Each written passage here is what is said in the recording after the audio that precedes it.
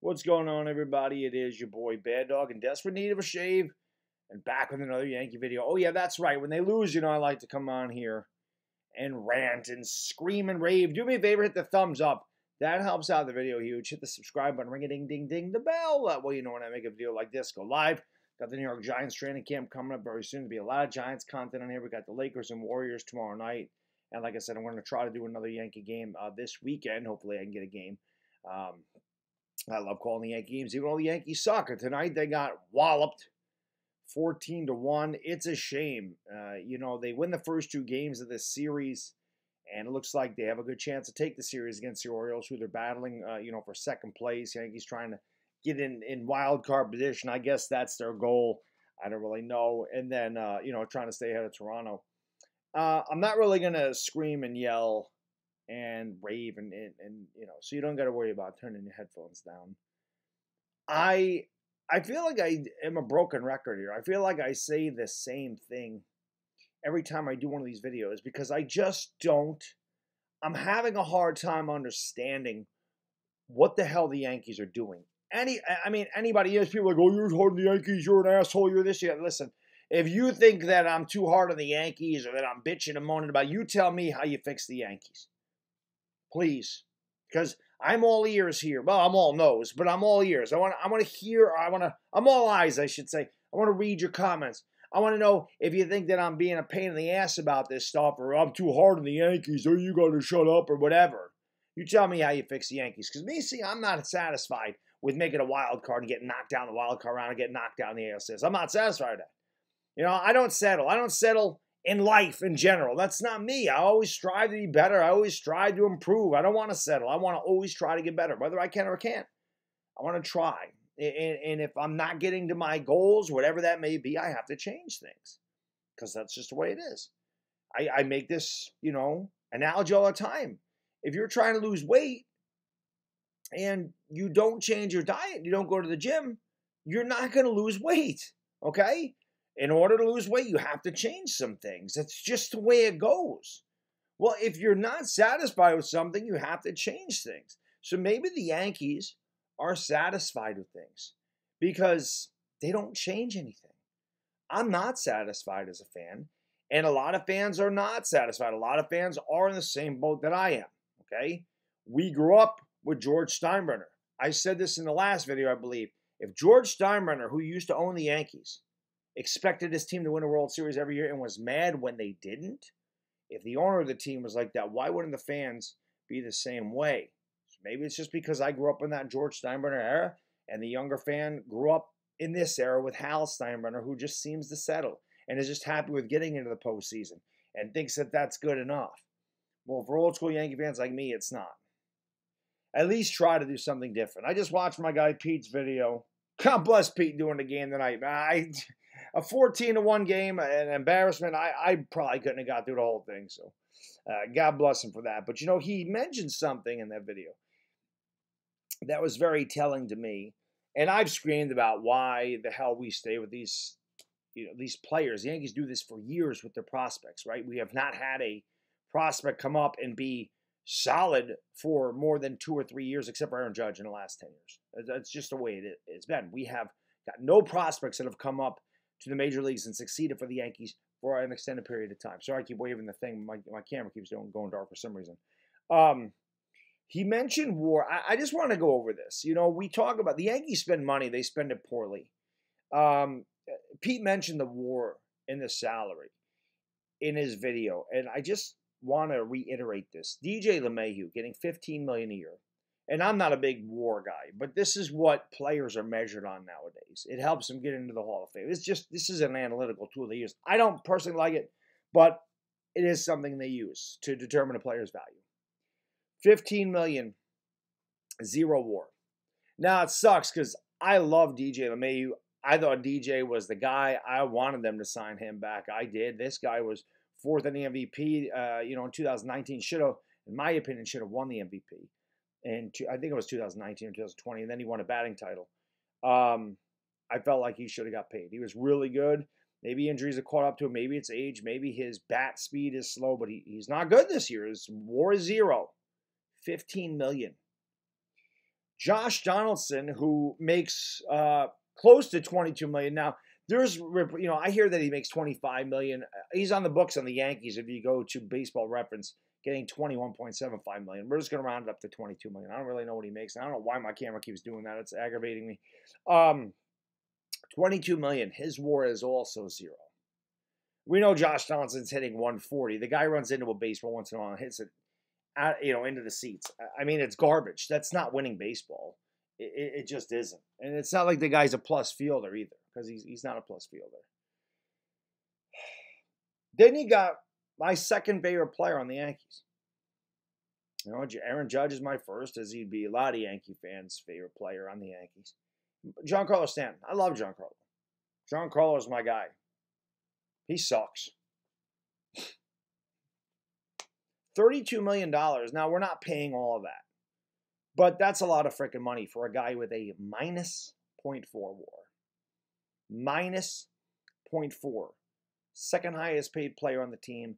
Maybe third highest. Maybe Garrett Cole makes more than him. I know Judge does, so maybe third highest. But minus .4 for a guy making over $30 million a year, not getting it done. When Aaron Hicks was on this team, he was making almost $11 million a year. Excuse me, he had a minus .5 WAR. So he was terrible here. And, of course, Hicks buried one of our players, which I'm going to get to in a second. In the minors, he's still buried there. And then you have Anthony Rizzo, who got off to a red-hot start. He's getting $17 million a year. And he has a .4 WAR. I'm sorry, a 1.3 WAR. So those 5 players equate for almost $100 million. About a third of this payroll is those 5 players. And Hicks is not here anymore. But those 5 players equated for $97 million and a total accumulative WAR of 0.4. When you have 5 incredibly high-priced players that combine for a 0.4 WAR, and if it wasn't for Anthony Rizzo off to a hot start, this would be negative. He brings him into the positive because he was off to a red hot start. When's the last time Anthony Rizzo hit a home run? You watch Anthony Rizzo at the plate. I've never seen a guy open up earlier in my life. It's like he's opening up every time because, again, it's like these guys' bat speed got incredibly slow. They're all looking for fastballs. They're all guessing fastball, and they're all out in front of everything that gets thrown at them. They're taking very bad swings. On the flip side, Anthony Volpe, who got off to a horrendous start, was hitting in the 180s for a long time.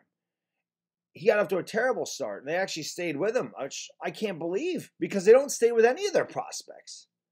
He's all the way up to a 2.2 WAR. So Anthony Volpe, who makes $720,000, has a higher total WAR than Lemahieu, Donaldson, Stanton, and Rizzo. I won't even count Hicks, okay, because Hicks isn't here anymore. But DJ, Donaldson, Stanton, Rizzo. Anthony Volpe's WAR is more than twice those 4 players combined. That just shows you the Yankee analytical department of the Yankees don't know how the hell to spend their money. They spend it very poorly. They don't go out and get Yoshida, a guy that's hitting over 300 for Boston. They don't worry about that. They don't go out there and sign that guy. Why would they do that? He hit for high average. He makes contact. Why would they do that? You don't hit enough home runs. Aaron Hicks got 7 years, $70 million because he, beat the hell out of Boston one year and hit 27 homers. He buried Esteban Florial in the minors. And I've talked about this before because somebody came on my channel and left a comment saying he's had plenty of opportunities in the majors. No, he hasn't. He's got 54 total at-bats in the majors. That's not enough. He's 25 years old. He's always been one of their top prospects. Anytime you heard about the Yankees' top prospects, one of the top prospects, Esteban Florial, was right at the top of the list. He's 25 years old. He's hitting .296 in AAA with 20 homers, 47 RBIs, and 18 stolen bases. Is there a reason that you continue to bury him and play guys like Jake Bowers and play guys like Billy McKinney? Why is Esteban Florial stuck there? Why? Why doesn't he get a run like Anthony Volpe? Why don't you let him play for a month straight and see if he can get it together? Why don't you give him a real opportunity to perform in the majors? Don't bring him up and have him play one game or two games and then sit him down for a week and then play him a game and then sit him down to AAA.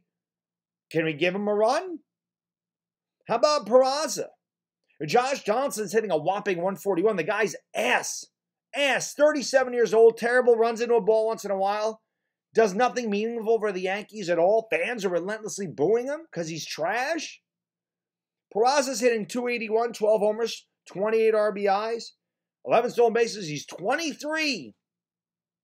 Another top Yankee prospect buried in the minors behind a dinosaur. Why are the Yankees burying their prospects? Why do they constantly do this? Do they bury them down there? I said this before. Do they bury them down there so they can pump them up and use them as trade bait? You know, when the Yankees had their dynasty, everybody said, oh, the Yankees bought their championships. You know how many of those players came up in the farm system? And living in upstate New York, I saw a lot of them come through AA Albany Colony back in the late 80s and early 90s. A lot of them came through there. I even saw guys like Deion Sanders play there. That's right, Deion Sanders played for the Albany Colony Yankees. Okay? But I saw a lot of them come through there because we kept their prospects. And guess what? They ended up being really good, and we ended up winning a bunch of championships. So we don't do that anymore. Why? Why? Is it because it'd be an admission of a mistake, and Brian Cashman's ego can't handle the fact that he fucked up with Josh Donaldson? It's a terrible trade. And in that trade, we get Ben Rortvedt. Now, Ben Rortvedt's been injured, okay, but he's 25 years old, right? And my kind of guy, he's in the gym a lot. And shout out to the gym rats, all right? He's my kind of dude in there, pumping weight, killing it. He's hitting .298. He's got 4 homers in 80 at-bats or something like that, 18 RBIs, and he has an on-base percentage of .427. Are you telling me he can't get a run in the majors over Higashioka or Trevino? Why are these 3 guys buried down there? Why do the Yankees not try to inject some youth and some life into this team? Because if you don't win a World Series this year, at least you would know going forward you either have something with these 3 young players or you don't. And then you can make the decision going into 2024. We're going to ride with these guys going forward, or we don't believe they're going to get the job done, and we either stick them down in the minors or we trade them. But why the hell do those 3 guys sit down there in the minor leagues when a guy like Anthony Volpe has had an opportunity to play the entire season, and no matter how bad he struggled, and he was looking really bad through May, really bad, and they stuck with him, and now he's figured it out after a nice chicken parm, right? Now he's figured it out. Why the hell don't the Yankees give their young players an opportunity? This ain't working. It ain't working.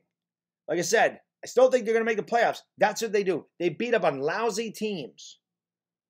But you see what they are. They are all or nothing. They are very inconsistent. They win the first 2 games against the Orioles and they get blown out the last 2 games, right? That's what happens. They look really good for a little bit and then they look really bad.